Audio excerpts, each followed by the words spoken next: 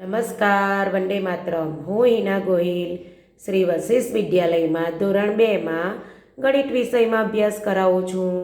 આપણે અભ્યાસની સાથે સાથે કેટલીક પ્રવૃત્તિ પણ કરીએ છીએ. તો આજે પણ આપણે ગણિતમાં પ્રકરણ 8માં દશક અને એકમની સમજની સાથે સાથે દશક એટલે કે 10 અને એકમ એટલે કે 1 એટલે કે 10 રૂપિયાની નોટ અને 1 રૂપિયાના સિક્કા દ્વારા કઈ રીતે ચૂકવણી કરી શકાય તેની આપણે પ્રવૃત્તિ કરીશું. તો ચાલો બાળ મિત્રો, આપણે 10 રૂપિયાની નોટ અને 1 રૂપિયાના સિક્કા દ્વારા ચૂકવણી કરીએ. તો જુઓ બાળ મિત્રો, હવે અહીંયા તમને આ ટોપલીમાં 10 રૂપિયાની કેટલીક નોટ છે, જ્યારે અહીંયા આ ટોપલીમાં 1 રૂપિયાના સિક્કા છે અને અહીં મેં કેટલીક વસ્તુઓ મૂકી છે. આ વસ્તુઓ તમે દુકાને પણ ખરીદી કરવા જાઓ ત્યારે આ પ્રવૃત્તિ કરી શકો છો. અત્યારે આપણે ઘરે રહીને પણ આ પ્રવૃત્તિ કરીશું. તો સૌથી પહેલાં અહીંયા મેં કોર્નફ્લોર, બેસન, સૂજી, દૂધ, ખજૂર, પિચકું, છાશ અને બેસન આ રીતે અલગ અલગ વસ્તુઓ લીધી છે. એની કિંમત સમજીને એની 10 રૂપિયાની નોટ અને 1 રૂપિયાના સિક્કા દ્વારા ચૂકવણી કરીશું. તો સૌથી પહેલાં હું લઈશ તો કે દૂધ. સૌથી પહેલાં આપણે લઈશું દૂધ. તો આ છે દૂધ. દૂધની કિંમત છે 22 રૂપિયા. 22 એટલે બંને બગડા 22. આમ 22માં દશકનો અંક છે 2 અને એકમનો અંક છે 2. આમ દશકનો અંક 2 એટલે 10 વડે ગણવાનું, 10, 20 અને એકમનો અંક 2 છે એટલે 1 વડે ગણવાનું, 1, 2. આમ દશકનો અંક 2 એટલે 10 અને 20. બરાબર. ત્યાર પછી એકમનો અંક છે 2 એટલે 1, 2. આમ 10, 20, 21, 22. આમ દૂધની ચૂકવણી કરીશું ત્યારે આપણે 10ની 2 નોટ અને રૂપિયાના 2 સિક્કાની જરૂર પડે. હવે આપણે ત્યાર પછી લઈશું છાશ. હવે મારી પાસે શું છે? છાશ. છાશની ચૂકવણી કરવા માટે આપણે એની કિંમત જોઈશું. તો એની કિંમત છે 13 રૂપિયા. આપણે પણ દુકાને જઈએ ત્યારે પહેલાં એની કિંમત પૂછવી પડે છે. તો 13 રૂપિયા એટલે કે એકર તગર 13. આમ દશકના અંકમાં 1 અને એકમના અંકમાં 3 એટલે 10 અને 3. તો 10 વત્તા 3, આમ 10 વત્તા 3 બરાબર 13. આમ છાશની ચૂકવણી આપણે કરવા માટે 10 રૂપિયાની 1 નોટ અને રૂપિયાના 3 સિક્કાની જરૂર પડશે. આ રીતે છાશની ચૂકવણી કરી શકાય. ત્યાર પછી આપણે બીજું લઈશું. તો આ છે ખજૂર. ખજૂર એની કિંમત છે 65 રૂપિયા. તો 65 રૂપિયામાં દશકનો અંક છે 6 અને એકમનો અંક છે 5. આમ દશકનો અંક 6 એટલે 10, 20, 30, 40, 50, 60. બરાબર. તો આપણે 10ની કેટલી નોટની જરૂર પડશે? 6.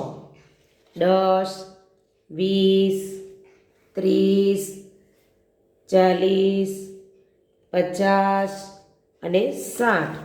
ઓકે. આ રહી 10ની 6 નોટ. અને 1 રૂપિયાના કેટલા સિક્કા જોઈશે? તો કે 5. 1, 2, 3, 4 અને 5. આમ 60 વત્તા 5 બરાબર 65 રૂપિયા.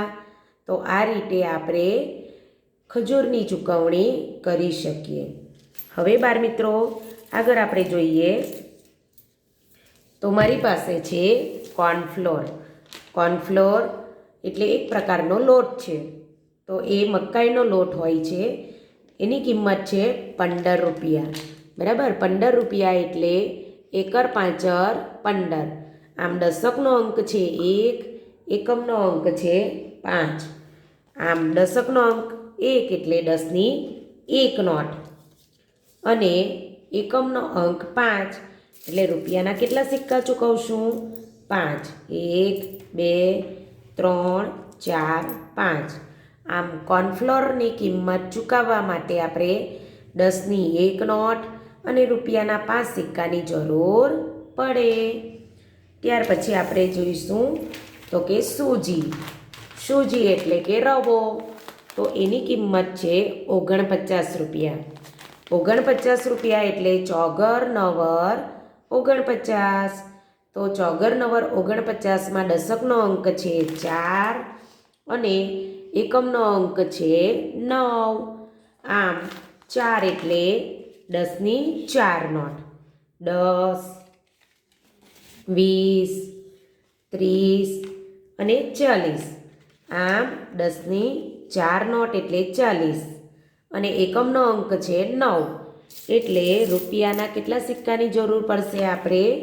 9. 1 2 3 4 5 6 7 8 અને 9. આમ 40 + 9 = 49. હવે આપણે આગળ જોઈએ તો આ છે પીચકું. પીચકું એટલે કે સોસ. તો એની કિંમત છે 15 રૂપિયા. 15 રૂપિયા એટલે 1 × 5 = 15. આમ 15 રૂપિયા ચૂકવવા માટે આપણે 10ની 1 નોટ, દશકમાં 1 છે એટલે 10ની 1 નોટ અને એકમમાં 5 છે એટલે રૂપિયાના કેટલા સિક્કા જોઈશે? 5. આમ 10 + 5 = 15. જોયું ને બાળ મિત્રો? તો આ રીતે તમારે પણ કોઈ પણ વસ્તુની ખરીદી કરવા જાઓ તો એની કિંમત જોયા પછી એની ચૂકવણી કરવાની. છેલ્લે આપણે જોઈશું બેસન. હવે બેસનની કિંમત છે 49. સૂજીની પણ કેટલી હતી? 49 અને બેસનની પણ 49. તો બેસનમાં પણ આપણે દશકનો અંક 4 છે એટલે 10ની 4 નોટ અને એકમનો અંક છે 9. તો રૂપિયાના કેટલા સિક્કા? 9. 5 6 7 8 અને 9. આમ 10ની 4 નોટ એટલે 40 + 9 = 49. તો બાળ મિત્રો, આ પ્રવૃત્તિ તમે દુકાને જઈને પણ કરી શકો છો અને ઘરે પણ કરી શકો છો. તો તમે જેને દુકાને જઈને પ્રવૃત્તિ કરવી હોય તો એ ખરીદી કરીને કરી શકે છે અથવા તો તમારા ઘરમાં આ રીતે કોઈ પણ વસ્તુ હોય તો તમે 10 રૂપિયા અને 1 રૂપિયાના સિક્કા દ્વારા ચૂકવણી કરીને આ પ્રવૃત્તિ કરજો. ઓકે, વંદે માતરમ.